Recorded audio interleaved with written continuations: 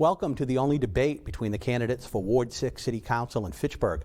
The candidates are two political newcomers, Derek Cruz and Olivia Tran, vying for the open seat being left vacant by incumbent Ward 6 City Councilor Beth Walsh. So we invited both candidates here for the debate, as we've invited all candidates for all of our debate series. Mr. Cruz has come to debate tonight. Ms. Tran has not come. Just heard this afternoon that she was asked to help her college peers in an unexpected emergency. So we are going to continue on with the show because that is our policy here, that we certainly want to give you the opportunity, Mr. Cruz, to still address the voters, to answer questions and give you the opportunity. So welcome and thank you. Thank you. Thanks for having me. So I guess the first question is, you are a first-time candidate for public office. Out of all the things you can do in the world, you've decided to get engaged in local politics. What compelled you to run for local office at this time? Well, I'm going to answer that, but I do want to address my opponent's not being here really quickly, and then we'll move on. Yep. But I think it's important. I want to wish Olivia Tran nothing but the best. I understand that she's a freshman at Northeastern now. It's wonderful. It's a terrific school. I wish you nothing but the best in Boston, and I hope you get a great education there. I really do. But saying that, you know, you've got to show up, and you have to show up for your constituents, and I think it's pretty clear. You know, we were supposed to debate October 7th. She was unable to attend, so we moved it to today. She's unable to attend again. It's pretty clear that she's going to have a very difficult time being a full-time college student at Northeastern and a city councilor in Fitchburg, and I think that has to be said. Again, I wish her nothing but the best, but she's not here to defend herself, so let's move on. I'll answer your question. I got into this pretty much volunteering. I never had the intention to be a state senator or president. I never wanted to be that growing up. I was volunteering in Fitchburg in various roles, trying to get involved in political campaigns as much as I could, and I was introduced to the current councilor, Beth Walsh. She let me know that she was not seeking re-election this year, but she didn't want to give up her seat unless she found someone that would replace her. And she said, "What do you think of this?" And I said, "Let's do it. I want to get involved in my community, and if this is the way how, then this is the way how." So, you know, like I said, I didn't plan to be the next senator of Massachusetts, or I certainly don't want to be. This is more about serving my community as best I can. And have you been involved in the community prior to this in terms of any volunteer efforts or engagement in the community? Sure. I volunteer for Fitchburg Families First, handing out products to families in need. I'm appointed by the mayor to the Fitchburg Cultural Council. I also was appointed to the Fitchburg Library Board of Trustees. So it's just been about just getting involved as much as I can. And you know, the civic cleanups as well, not just Ward 6. I was all over Fitchburg cleaning up with the other wards. So it's, yeah, I try to be as involved in the city as I can. I was born here and raised here, and I want to see it be the best home that it can be, the home that I know we all know it is. So in speaking with voters, as you go door to door and through social media and what have you, any sort of communication methods you have, what is the most important issue to the voters of Ward 6, and how will you make that issue a priority if you're elected? Well, that depends on who you talk to, right? It's some people want to say it's property tax. Some people tell you it's the condition of our roads, Unitil, any number of things, and they're all challenges. There's no one major challenge that Fitchburg faces in the coming years. There's many challenges. Personally, I think that there's something that maybe doesn't get talked about enough that I've noticed as I've got my ear to the ground, and that's sometimes I don't think everyone in Fitchburg is working in the same direction, and I don't mean that any particular person or group or anything like that. It's just an observation, and I think that what I can tell you is that I can leave my ego at the door, I can sit down at the table, and I can do what's best for Fitchburg. As far as Ward 6 residents go, it's probably the roads, I'd say. You know, and that everybody knows the challenges we face there. There's something like 175 miles of public road in Fitchburg. It costs around $1 million to fix and pave a road, roughly a mile of road, and you know, that means we could spend every penny that we have for one fiscal year. Our budget's about $134 million.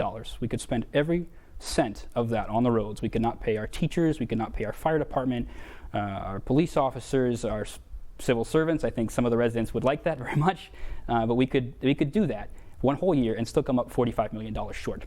So it's really about fiscal responsibility. I would certainly support any allocation of the available funds to add to road work and road paving. I believe we did that over on Oak Hill Road. There are some entrances to our cities as far as the roads go. Summer Street from an Airport Road from Leominster could probably use some attention over there. So yeah, it's fiscal responsibility, but I would vote to allocate funds from the available funds to add to Chapter 90 funds that we get to fix our roads from the state of Massachusetts. The city of Fitchburg has moved to a single tax rate, which shifted the property tax burden from commercial and industrial properties onto residential properties. Do you support the single tax rate? And if so, what do you say to homeowners who are now paying a larger share of property taxes? I do support the single tax rate. The dual tax rate was, to talk to residents, the dual tax rate was implemented in 1981. At that time, residents were paying about 68% of the tax burden, with commercial being about 32% of the tax burden. That numbers have shifted to almost 80% residential and 20% commercial. So it's by having a dual tax rate, we shifted the responsibility to homeowners. And I know that the single tax rate, it might not seem fair that commercials should, enterprises should pay that same rate, but I believe the single tax rate will encourage business here in Fitchburg, and it'll have them more businesses, more people paying taxes, more businesses paying taxes, and hopefully that will shift some of that burden, that 80%. We need to encourage business here, and the single tax rate does that. So in shifting that burden in terms of percentages, using that ratio, homeowners really, especially in the next year or two and three, are going to see really a double whammy because of what's going on in the housing market now with accelerated housing values. So not only are they going to see the tax rates go up, but they are going to see the assessments also increase. I know the city has to use 3 years, so it's going to take a while to catch up, but even 3 years from now, they're going to be looking at valuations from now of fair market value. So looking at homeowners taking this double whammy, do you see, especially for the most vulnerable, seniors, lower middle income, do you see any relief for them in terms of the property taxes and the increases that they're going to be facing? Well, I certainly see some positive change. I know since 2007, the amount have increase in property tax has been reduced, the total that we've added on. So relief is coming. I think it's one of those things that takes time.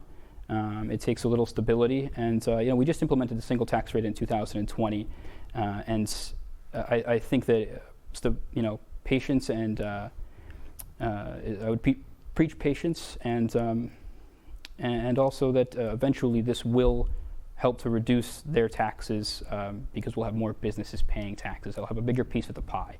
I believe that. So the long-term positives of this in terms of bringing in business and economic development will pay for itself. I believe so, and I hope so. Okay. How do you view the relationship between the City of Fitchburg and Fitchburg State University? What kind of partnership do you envision there? What would you like to see from the relationship in the future? Well, I would like to see more of it. Fitchburg State's been a terrific ally for us, from the theater district downtown and everything, Reimagine North of Main and their partnership and their collaboration. There's 9,000 students there, and that's a lot of people. That's a lot of people spending money in the city. They're a huge partner, and I would like to see us continue to collaborate there on everything from the public transportation and ensuring that Fitchburg State is involved downtown, and we encourage them to be involved downtown and to help to alleviate some of the burdens of the city. What areas do you think that the current administration and city council have nailed it, and where have they missed it? Well, this question reminds me of, I get this one asked a lot as well. It's what do we have to do to get Fitchburg back on its feet? And I kind of reject that metaphor that Fitchburg is a person that's not walking. I see us more as a home that we're all building together. And I want to credit the current administration and the current council on making the changes to fix the foundation of our home. It had some cracks, right? We had, many years ago, our bond rating was BBB- or something like that. It's now two levels up to a single A-. The stabilization fund is 5% of the operating budget, where it should be. Many years ago, it was something like $10,000 in our entire stabilization fund for a city, and that's what most people have in their checking accounts, if not less. And so they've done a great job getting us and I'm not going to say back on our feet, but they've done a great job securing that foundation, and I know it's not always the attractive stuff that people want to see, it's not paving all the roads, it's not fancy windows on a new home or a new addition, but you can't put on the windows in the addition without fixing the foundation first. And I think our current administration, our current council has done a very good job at that. And I look forward to putting on that addition and doing what I can to make our home even better. So building that stabilization fund, which solidifies the bond rating and put us on strong economic footing, is a positive where they've nailed it. Where do you think they may have missed it? Where would you like to see the administration and city council do a better job, and how would you be part of that? Well, like I said, I think moving in the same direction is important. Working together is important. That's something that I'd love to be a part of. Be a bridge builder, if I could, and leaving the ego at the door and doing what's right for Fitchburg. And I think that look, we face a lot of challenges. We really do, a lot of challenges in the future, and it would really be best for the city if we face those challenges together. And I can't preach that enough, and I look to be a part of that togetherness and a part of the city's progress moving forward. Now, in a strong mayor, weak council form of government, city councilors cannot add to the city's budget. They cannot move money from one line item to another. The city council can only cut. Are there any areas, any part of the city budget where you think there are areas that we could save some money? If so, what is it? What cuts would you recommend? And how would you recommend the money be reallocated? I would not recommend, at this time, in the middle of a pandemic recovery, making cuts to the budget. If you go out and you walk around and you talk to voters like I have and you knock on doors, you're going to understand that they don't ask for much. They really don't. Ward 6, and I'm sure the rest of Fitchburg, they want to see police presence when necessary. They'd like to see their trash picked up. They want to see the potholes filled and sidewalks taken care of. And what we all need to understand is that in order to do this, we have to pay for these things. And so I don't envision us cutting anything right now during pandemic recovery, because all the departments, if you talk to them, they're stretched so thin. They're working very hard with very limited resources already. And we got to get residents what they need. We got to get those potholes filled. We got to get those sidewalks cleaned up and fixed. And we need to serve our residents. And cutting the budget is not the way to start with that. So speaking of money coming into the city is going to get over $30 million in American Rescue Funds. That's really once in a generation type of infusion of money. The city is going to be putting out requests for proposals, seeking input on how that money should be targeted. How would you recommend that money be targeted? What are some of your personal priorities that you would like to see addressed with those funds? Well, it's important to understand what those funds are. It's the American Rescue Plan Act, and what those are used for. And those are five. You can use those for 5 things. It's healthcare expenditures. It's wastewater, broadband infrastructure, sewer infrastructure. It's premium pay for essential workers. It's what else do we've got? We've got a recovering revenue from lost public revenue, and addressing negative economic impacts. So small business support and mitigation. And of course, I'd like to see it there. I'd like to see our small businesses supported, because economic growth is important. And you hit it on the head. This is a once-in-a-lifetime infusion of money, and we have to use it properly, and we have to use it for long-term goals and capital investments. This can't be used for new salaries or anything like that. This is one-time money, and it's got to be used responsibly and appropriately. So a couple of the ones that I had mentioned, premium pay for essential workers. This money is for pandemic relief. It's for pandemic recovery, and there is arguably no one had to address the pandemic more than our frontline workers, our EMTs, our police officers, our fire department, our EMS. They couldn't work from home. They couldn't Zoom in, and they made sacrifices for us over the last year and a half that I'm incredibly proud that they are and where they are. And I think it's time that we show them some appreciation, and the money it's directly suited for them. So I would love to see how we could allocate it to our frontline workers, and I would also like to see a bit of the money maybe for the wastewater sewer separation. We're spending we're supposed to spend $1.6 million on our wastewater separation project. We can only allocate about $400,000 a year to it. That's the base minimum. So if we've got this once-in-a-lifetime money, we should look into addressing that as well, getting caught up there. Above all else, I would like to see this money spent deliberately. We have to spend it before 2017. We have to decide on where it's going to go before 2015, so we've got to get to work. And I don't want to see it stretched too thin. I know that the pandemic affected a lot of us, but I want to see this money do as much as it can. And yeah, that's my answer. So during the pandemic, we talk about the pandemic, the city council, public bodies met remotely. They did it through Zoom and Leominster. They did some through telephone. I think the city council did it through phone, where the public could participate. And there has been some talk about, as part of the new normal post-pandemic, allowing remote participation, if not by members themselves, about with the public being able to participate remotely. Would you be open to that as part of a new normal, or do you think it's important that people show up in person and have their voices heard? Well, I think it's always usually it's better for people to show up. It makes a little bit more of an impact, I think, when they're there. But I would encourage it for via Zoom or at home, because it's going to encourage people to get involved, and I encourage everyone to get involved.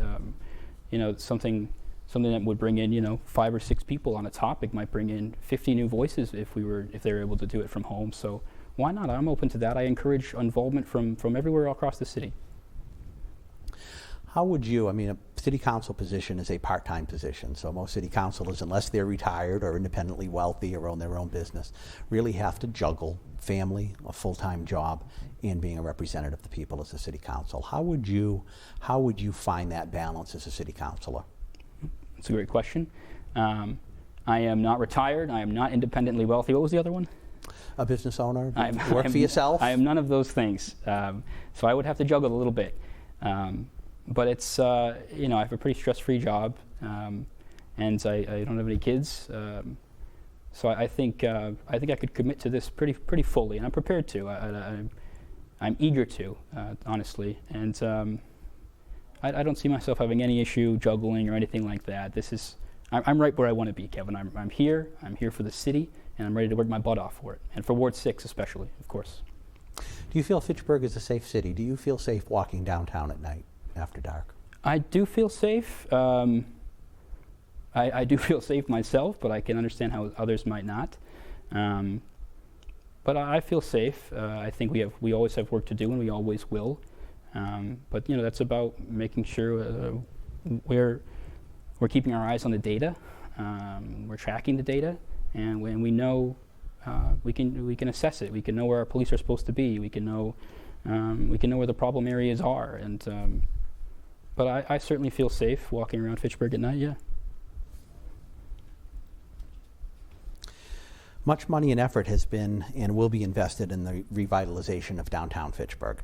How would you rate these efforts? Do you believe that the investments made in downtown Fitchburg will yield positive results in terms of return on investment? And what is your long-term vision for downtown Fitchburg? I believe they will. I believe the investing downtown is important, and I believe it will have yield long-term gains. Regardless, what we can't do is flip-flop. We need stability, and we need to stay steadfast in our decisions. I think people, they kind of complain to me. They say, well, we tried that once and it didn't work, and now we're doing it again now. And I think if we're going to make choices like this, two-way on Main Street, investing downtown, we've got to stick to it. How many of you have had a bad boss out there who's always flip-flopping what he wants you to do? We're going to do this, now we're going to do this, now we're going to do this. It doesn't work. You've got to stay steadfast. We've got to make a decision. We made that decision, and now we've got to stick to it, and we've got to see it through. So I support the investment downtown. And long term, I envision a bustling downtown. I really do. People walking, and shops and restaurants, and we're getting there. We got Tacos Tequila just came up, and we got Dario's going in too, and we're opening up. The new Moreland Square Diner just opened up. So the more we invest in ourselves, the more other people are going to invest with us. I firmly believe in investing in ourselves and investing with the right developers. That's very important too. We can't we can't choose the wrong developers so that the buildings are just going to sit there. We gotta make sure we're picking the right people. But I envision a bustling downtown. I think we need to talk about public transportation as well downtown. Improving our bus system would be important. I had this conversation with someone about getting our bus system improved, and they said, well, we need the businesses first. And I thought, well, that's kind of chicken or egg thinking, and we can't really have it. We don't want to have a bustling downtown that I believe we'll have and have no way to move people. And these things take years, right? It takes planning. You got to find the financing. So we don't want to be standing around thinking, oh, gee, we need buses. We need to start these conversations now. That way, when the downtown is bustling, we've got public transportation to support it.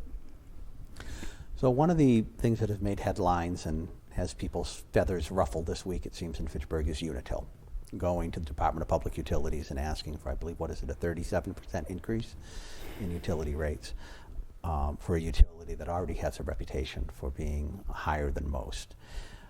Some homeowners are saying that they just can't afford it. Others are saying that that Unitil is really one of the things that make Fitchburg not a welcoming city for business, and is a drawback. You've talked about working as part of a team and getting everyone in the same direction.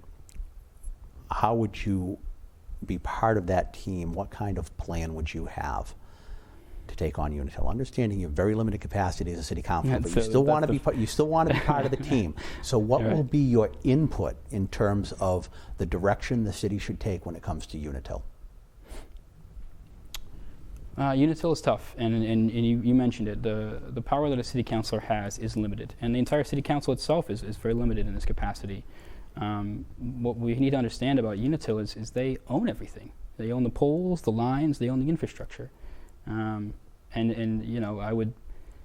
don't know, I'm not a lawyer or anything like that. I don't know what legal avenues we could pursue, but they're an awful lot like a monopoly to me. So I think maybe that's something to consider. In addition to that, it's about working with our state legislatures. I know that Senator Cronin and Representative Kushmerek have begun to draft a bill to explore other options and see what we can do.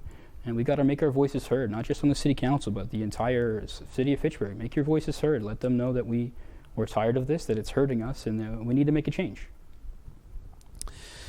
Social services in Fitchburg, whether it be homeless, sober houses, shelters, food banks, do you feel that the level of services offered in the city is at the right level, not enough, or too much, in which case it attracts certain segments and attracts those needy to the city? Where do you see the level of social services in Fitchburg? I think it's I think there are gaps that we're missing, particularly with healthcare, mental health, and addiction. We got to get to work on those things. But that doesn't mean we need to, like you said, invite the wrong things. I believe in the at-large debate there was a question about safe injection sites. That would be a big no for me. But it's important we have these conversations because we've got to end, stigmas like addiction, and we need to end the stigma of asking for help. But we need to rethink some of these things. Rethink the war on drugs obviously isn't working. So I do think we need to rethink some of our approaches. But for social services, I think we're there. And you can always use more support. Let's be honest. Everybody could use more support. Individuals, socioeconomic support. As a group, I think we maybe we're not paying enough attention to what groups need the most help and how we're going to address them. So I think statistics are so important. The census is out again, so we need to take a look at that census and see where we're meeting, what groups we're addressing their needs, and where we're falling short. So we can always do more. I firmly believe that, and I look forward to doing more on the council. So with the homeless population in particular in Fitchburg does have a homeless population. And I know that there was controversy in the past of the city going in and dismantling homeless camps. Mm-hmm.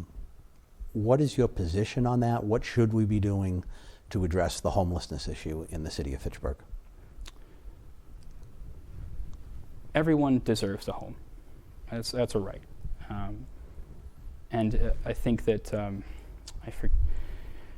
we had some I don't know enough on that topic, actually, so I'm going to skip that. Like I said, everyone deserves a home, and I would certainly be opposed to breaking up homeless camps. I know it